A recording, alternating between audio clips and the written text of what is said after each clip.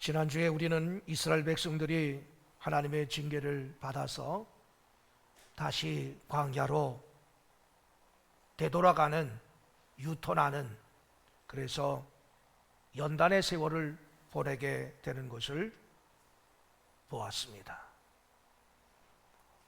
지난주 본문과 그러니까 오늘 본문의 사이에는 38년이라고 하는 그런 시간의 흐름이 있습니다.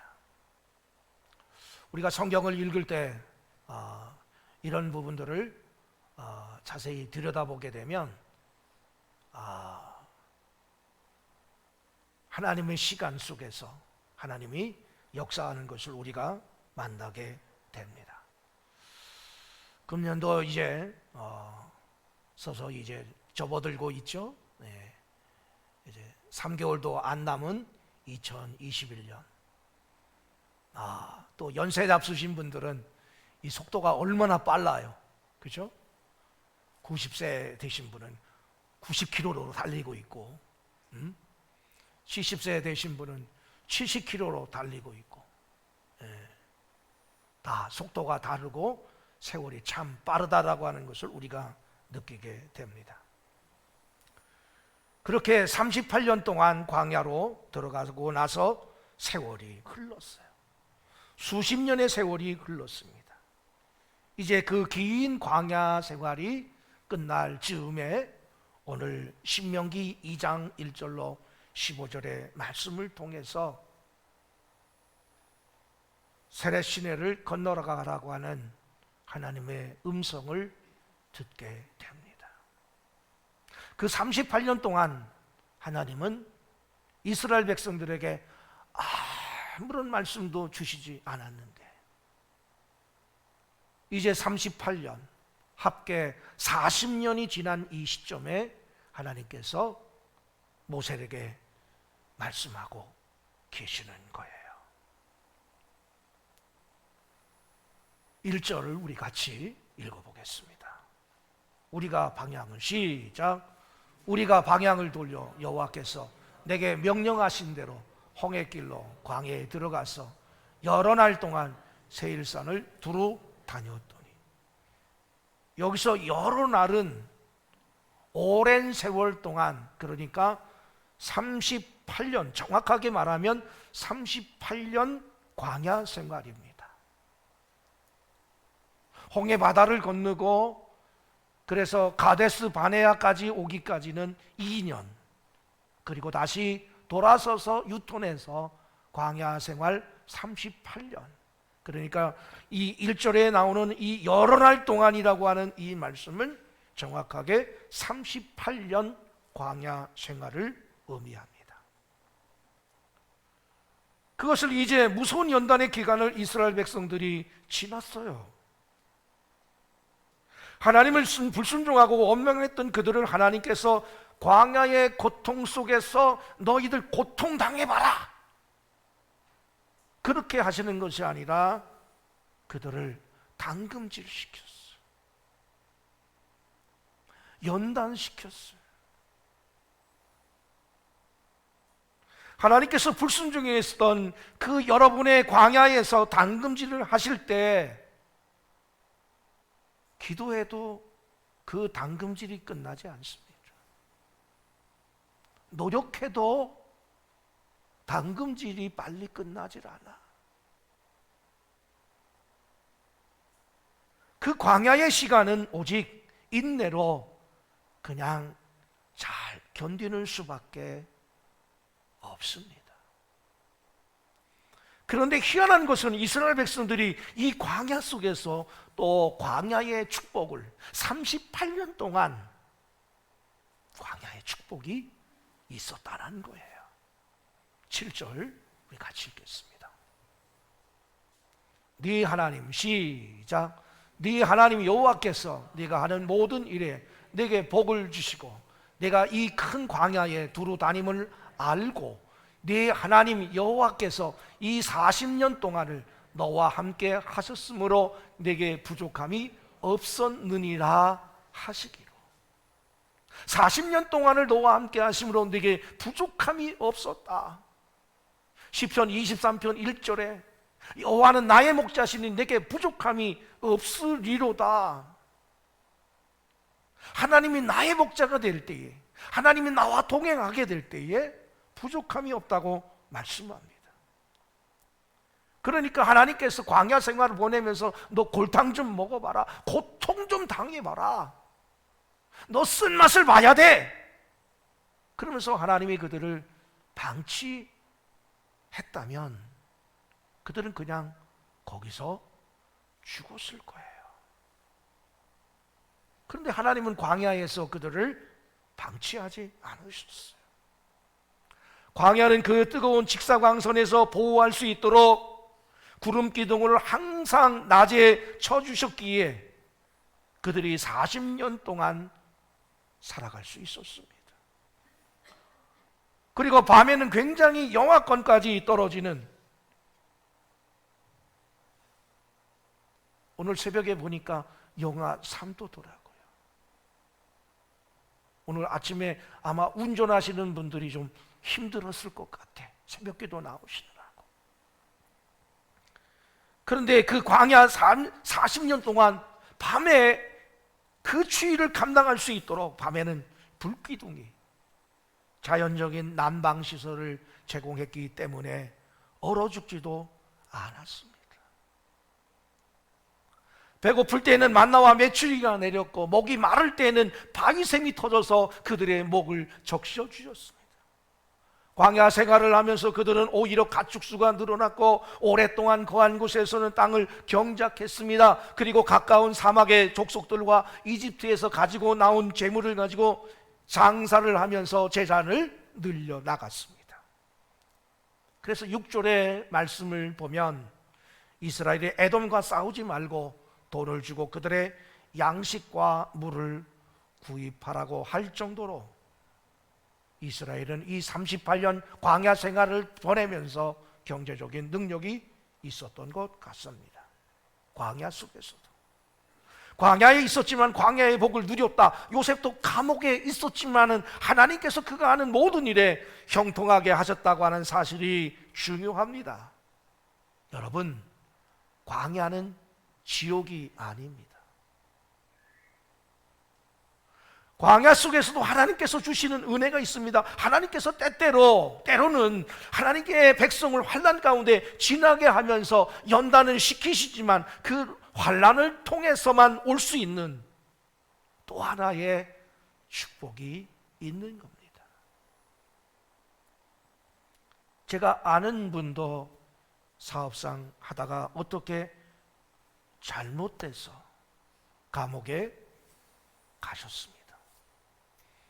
처음엔 자존심도 상하고 굉장히 힘들어 하셨습니다. 그런데 감옥에 가서 이분이 예수님을 만났어요. 예수님을 믿었어요. 처음으로 성경책을 다 읽게 되었습니다. 그리고 술, 담배를 끊었습니다. 음식도 절제해서 먹게 되었습니다. 거기서 1년 후에 그분을 진단한 의사가 이 이야기를 하는 거예요. 당신은 감옥에 안 갔으면 죽었다. 그렇게 혈압도 있는데 당뇨도 있는데 그렇게 끝없이 회식해서 기름진 고기를 먹으면서 새벽 2시까지 폭탄주를 마시고 그렇게 성비를 다 폭발하면서 사업하면서 살았다가는 죽었을 것이다. 그런데 감옥에서 당신이 술, 담배를 끊고 마음을 정리하고 하나님을 믿고 마음의 평안을 얻고 이렇게 소식하고 운동하니 산 것이다. 그뿐이 아닙니다. 사업이 잘 나갈 때는 대화도 잘 못했던 아내와 자녀들이 찾아와서 감옥에 찾아와서 대화하기 시작하면서 가정이 회복하기 시작되었습니다. 고생스러웠지만 그는 광야의 복을 누리고 세운 사람이 되어서 출소했습니다. 사랑하는 여러분, 하나님의 백성들은 광야 가운데서도 하나님이 주시는 광야의 은혜가 있는 줄을 믿습니다. 그래서 푸른 초장에 살면서도 항상 불평, 불만만 하고 사는 사람이 있는가 하면 광야 속에서도 하나님이 주시는 광야의 은혜를 느끼며 살아가는 사람들이 있습니다. 7절 하반절을 보니까 네 하나님 여호와께서 이 40년 동안을 너와 함께 하셨다. 임마누엘이 하나님이 되셨다고 말씀하셔요. 광야는 우리를 외롭게 만듭니다.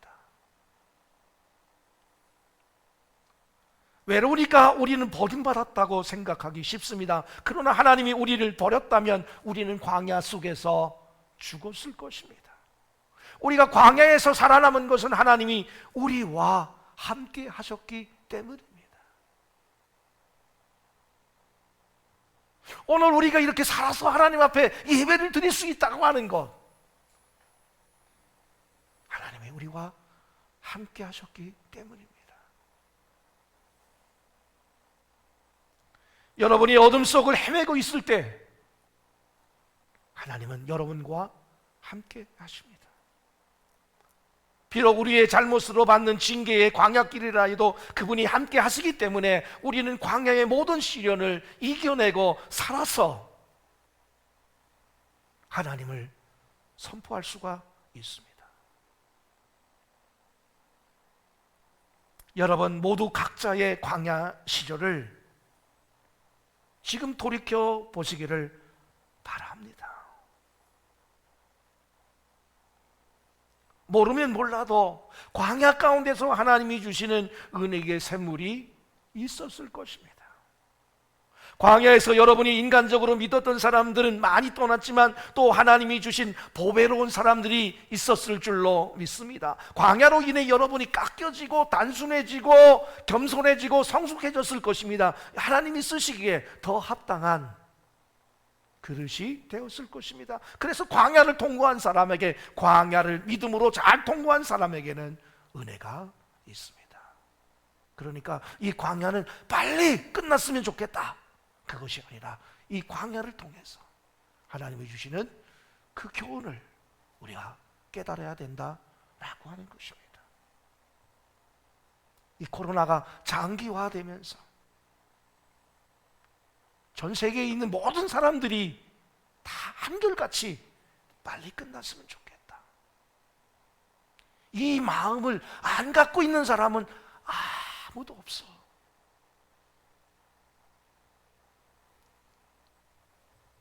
우리 모두가 다 똑같은 마음이야. 그러나 하나님께서, 하나님이 주시는 이 영적인 교훈이 뭘까?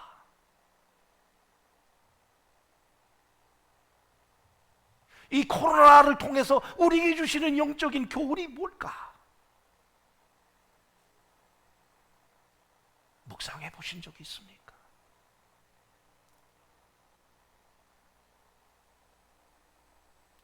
우리는 지금 2년이 안 된 이 시점에도 이렇게 힘든데 이스라엘 백성들은 40년 광야 생활을 했어요.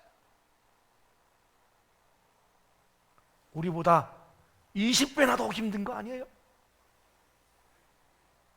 그래도 우리는 지금 자동차도 있고 뭐 버스도 있고 KTX도 있고 어디든지 갈 수 있잖아. 그들은 광야, 하나님의 그 보호하심, 거기를 벗어날 수가 없었어. 왜? 광야는 물이 없어, 집이 없어, 길이 없어. 낮에는 더워, 밤에는 추워. 광야에 독충이 있어. 하나님의 은혜가 아니면, 하나님의 놀라우신 그런 축복이 있는 거예요. 저는 그래서 이 코로나의 이 장기화를 통해서 여러분이 이런 속에서도 믿음으로 살려고 하는 그 마음을 통해서 여러분의 신앙이, 여러분의 믿음이 더 단단해지고 더 성장하고 성숙해서 하나님 원하시고 기뻐하시고 온전한 삶을 살아가는 저와 여러분 되시기를 주님의 이름으로 간절히 축원합니다. 성경은 이스라엘 백성들의 광야 생활에 대해서 첫째, 신비로울 정도로 짧게 언급합니다. 이 38년의 이 시간을 장대하게 기록하고 있는 것이 아니라 아주 짧게 언급하고 있어요. 그리고 두 번째는 광야의 고통보다는 광야의 은혜에 대해서 강조하고 있어요.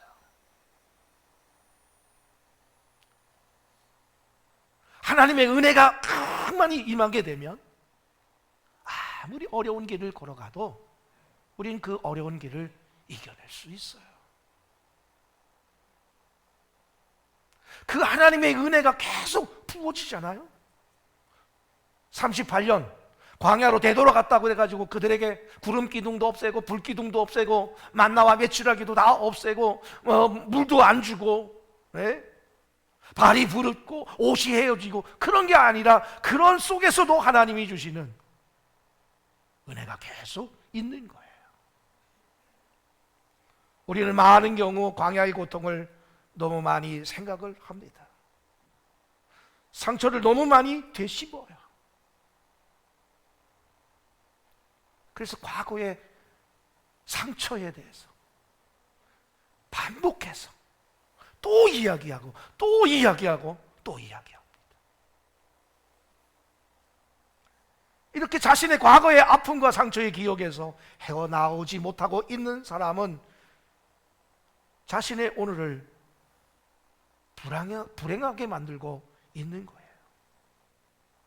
우리는 광야의 아픔보다는 광야의 은혜를 생각해야만 합니다. 여러분은 혹시 광야 시절의 고통을 너무 자세히, 너무 과장해서, 너무 자주 떠올리면서 여러분의 오늘을 불행하게 만들고 있지는 않습니까? 뼈저리게 힘들고 외로웠던, 죽고 싶었던 광야의 시간이 없던 사람이 이 자리에 누가 있겠습니까? 지난주에 찬양을 하면서, 금요일 날 성령 집회 찬양을 하면서 제가 우리 찬양팀에 이렇게 쭉 나온 분들을 일일이 봤어요. 다 과거에 마음의 상처가 있었더라고요. 없었던 분이 한 분도 없어. 그 모든 시간들을 보내서 승리해서 연단되어서 이 자리에 나와서 찬양을 하고 있더라고요. 그래서 제가 속으로 너무 감사했어요. 아마 이 자리에 있는 우리 모두도 그런 분일 거예요.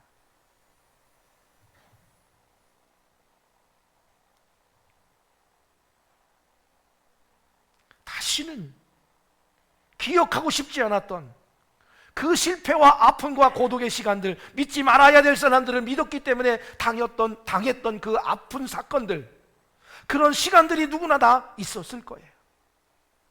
그러나 그 어려웠던 광야의 시간도 견디게 해준 하나님의 은혜가 또 얼마나 컸습니까?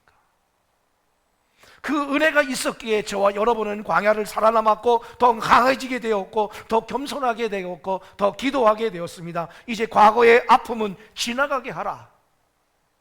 이제 축복의 미래로 전진하는 저와 여러분 되시기를 주님의 이름으로 간절히 축원합니다.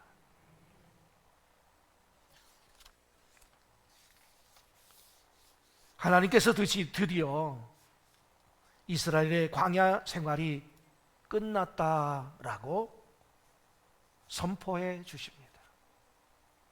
2절로 3절 같이 읽겠습니다. 여호와께서 시작. 여호와께서 내게 말씀하여 이르시되 너희가 이 산을 두루 다닌 지 오래니 돌이켜 북으로 나아가라.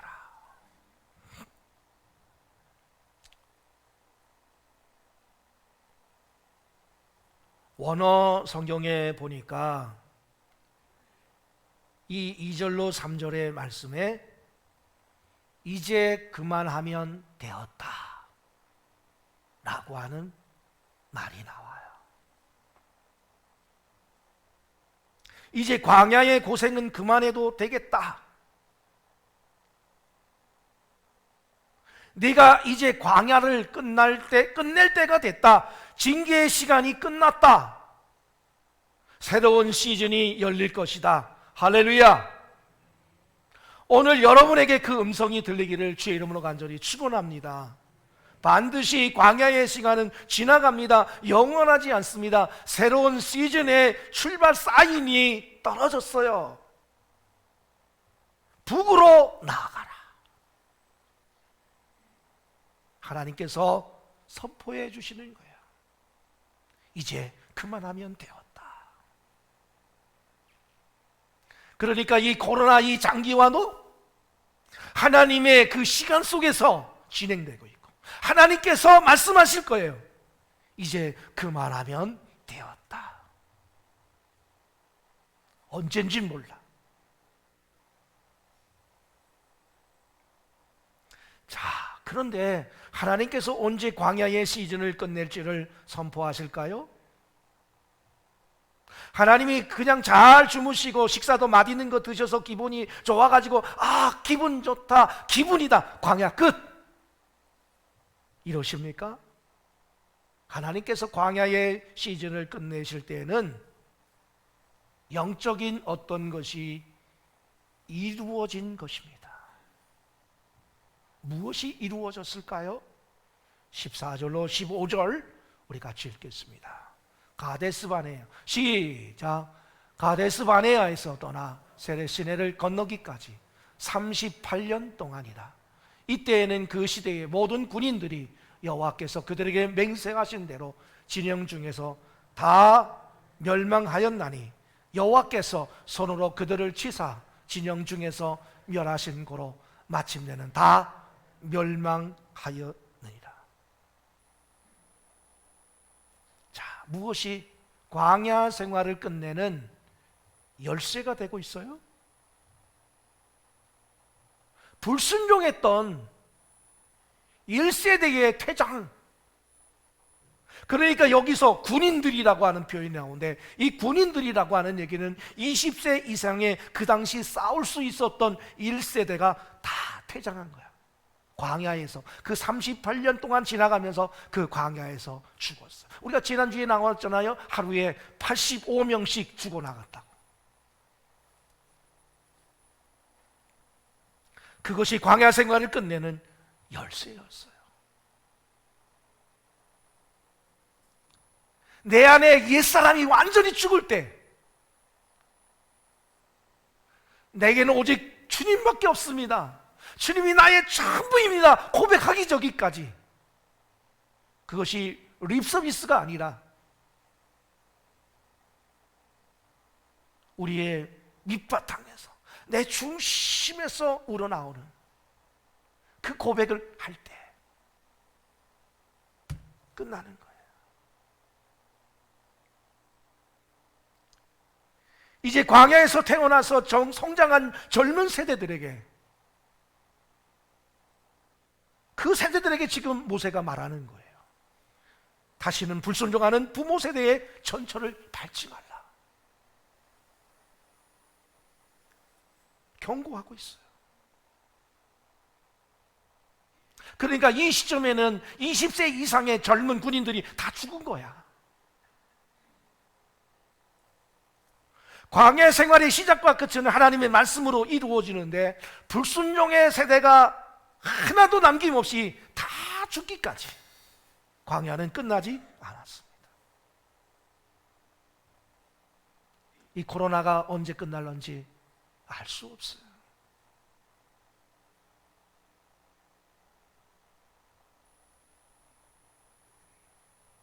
이 세상이 지금 우상숭배로 너무 많이 올라가고 있습니다.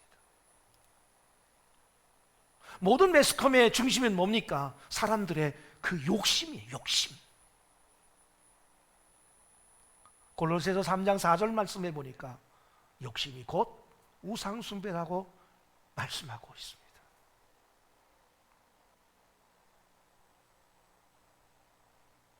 불순종의 세대가 하나도 남김없이 다 죽기까지 광야는 끝나지 않았어요. 하나님은 불순종의 세대가 다 사라지기까지 새 역사를 열어주지 않았습니다. 우리는 일이 급한데 하나님께서는 거룩이 급해요. 우리 안에 하나님이 기뻐하지 않는 불순종의 옛사람이 완전히 죽었을 때에, 정결해졌을 때에 하나님이 움직이셔요. 여러분의 병, 여러분 안에 불순종했던 그 마음들이 제거될 때 하나님께서 역사하실 거예요. 여러분의 사업, 여러분 안에 그 옛사람이, 잔재가 완전히 제거될 때 하나님이 역사하실 거예요. 여러분의 가정, 불순종했던 그런 모든 것들이 죽어질 때에, 정결해질 때 하나님이 역사하실 거예요. 하나님이 찾아오실 거예요. 광야는 내 안에 있는 불순종의 옛사람 1세대가 죽어나가는 곳입니다. 그래야 성령의 새 사람으로 태어날 수 있는 거예요. 성령의 배바람은 언제 나오나? 회개하고 주님 앞에 무릎 꿇을 때. 오순절 마가의 다락방에 120명의 문도들이 모여서 예수 그리스도의 말씀에 불순종했던 자기들의 삶을 철저히 회개할 때 성령의 새 사람으로 태어나는 것을 우리가 볼 수 있습니다. 이 법칙을 모르는 많은 분들은 왜 나의 광야 생활은 끝나지 않느냐고 불평만 늘어놓습니다. 왜 저 사람의 광야는 짧으냐? 불평하지 말고 기도하며 자신의 내면을 살펴보십시오. 이 광야를 자꾸 연장하는 원인 제공은 우리가 하고 있지 않나요? 여러분 안에 하나님의 역사를 자꾸 뒤로 미루게 하는 불순종의 잔재들이 아직도 너무나 많아. 그래서 하나님께서 뒤돌아서서 광야로 보내지는 않습니까? 우리 교회 안에 그런 불순종의 잔재들이 남아있지 않은가요? 성령이 오늘 그것을 다 드러내시고 정결하게 하여 주시옵소서. 성령이여 임하소서. 메마른 나의 심령 위에 주님의 은혜를, 단비를 내려 주시옵소서. 그게 해결되어야 광야가 끝납니다. 불순종의 옛사람이 다 퇴장해야 하나님의 징경 명령이 떨어지는 거예요. 누구든지 그리스도 안에 있으면 새로운 피조물이라, 이전 것은 지나갔으니 이전 것은 지나가야 새로운 것이 오는 거예요. 그게 되어야 이 답답했던 광야의 시즌이 끝나고 돌파구가 열릴 것입니다. 하나님께서 드디어 새로운 시즌을 그들에게 열어주셨습니다. 13절 같이 읽겠습니다. 이제 시작. 이제 너희는 일어나서 세렛 시내를 건너가라 하시기로 우리가 세렛 시내를 건넜으니. 이 세렛 시내는 에돔과 모압 사이에 있는, 그러니까 이스라엘 백성들이 있는 곳과 약속의 땅의 경계선을 형성하는 곳이 세렛 시내입니다. 약 56km에 해당되는 와디입니다. 이 와디라고 하는 것은 우기에는 시냇물이 꽉 차지만 건기에는 물이 한 방울도 없어요. 하나님께서 어떤 시기에 보냈겠어요? 범람할 때 이 시내가 아니에요. 건기에 다 건너게 하죠. 기가 막히잖아요. 응? 하나님이 이 건너게 하시는 그때 형통해요. 하나님의 때, 하나님의 방법, 하나님의 그 역사는 이런 형통함이 있어요.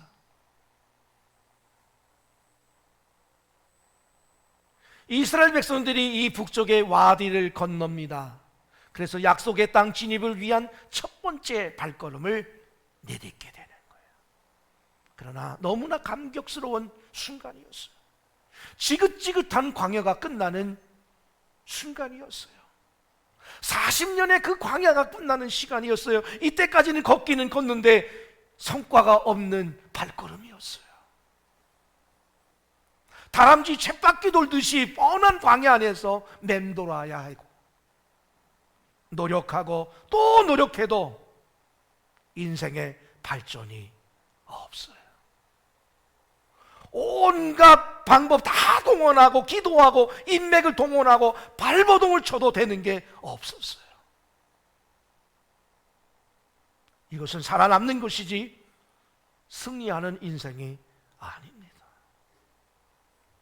우리네 인생도 광야의 시즌에 갇혀 있을 때는 그렇습니다. 앞으로 봐도 길이 안 보이고 옆으로 봐도 길이 안 보여. 어떻게 해야 될까? 막막하기만 해.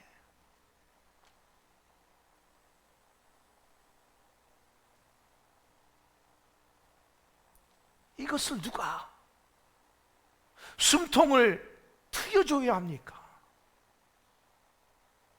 하나님이 숨통을 트여주셔야 됩니다. 언제까지 여러분은 거기에 있지 않을 거예요. 이 광야는 머물러 사는 곳이 아니라 광야는 통과하는 곳이에요. 하나님의 때가 차면 하나님이 말씀하실 거예요. It's long enough. 그만하면 됐다. 그만하면 됐어. 광야 끝났어. 이제 일어나서 세례 시내를 건너가라. 약속의 땅으로 가라. 이제 광야를 끝내라. 축복의 시즌으로 가라. 할렐루야. 이 하나님의 음성을 오늘 누군가에게 들리기를 축원합니다. 그렇게 낫지 않던 지긋지긋한 병든 몸이 회복되고 건강해질 때가 되었다. 아멘 하셔야지. 그렇게 낫지 않던 지긋지긋한 병든 몸이 회복되고 건강할 때가 되었다. 그렇게 안 풀리던 사업이 이제 숨통이 트이게 되었다. 거래가 들어오기 시작했다. 돌파구가 열릴 때가 되었다. 그렇게 찾고 찾아도 찾을 수 없었던 결혼 상대가 드디어 나타날 때가 되었다. 총각들, 처녀들, 아멘 해야죠. 그렇게 가정이 화목하지 못해서 아픈 가운데 있었는데 이제 화목할 가정을 이룰 때가 되었다. 그렇게 속을 썩이던 자식이 집으로 돌아올 때가 되었다. 그렇게 힘들고 어렵던 교회가 이제 부흥의 시기로, 회복의 시기로 들어설 때가 되었다. 그렇게 어렵던 나라가 새로운 도약의 때로 들어설 때가 되었다. 끝이 보이지 않았던 남북 문제가 하나님의 손에 의해서 통일이 되고 거룩한 하나님의 땅으로 역사의 새로운 분수령을 만들 때가 되었다. 이런 하나님의 음성이 들릴 때가 옵니다. 사랑하는 여러분, 여러분 그날을 기억하십시오. 기대하십시오. 오늘 누군가가 광야를 끝내고 세례 시내를 건너는 축복의 하나님의 선포를 듣고 가기를 축원합니다. 나는 하나님의 축복의 말씀을 듣고 미래로 갈 거야. 세례 시내를 건널 거야. 나는 이제 더 이상 광야 끝내고 이제는 세례 시내를 건너서 그 약속의 땅, 나를 위해서 준비하신 그 하나님의 나라를 향하여 달려갈 거야. 주 안에 승리하는 저와 여러분 되시기를 주님의 이름으로 간절히 축원합니다. 기도하겠습니다.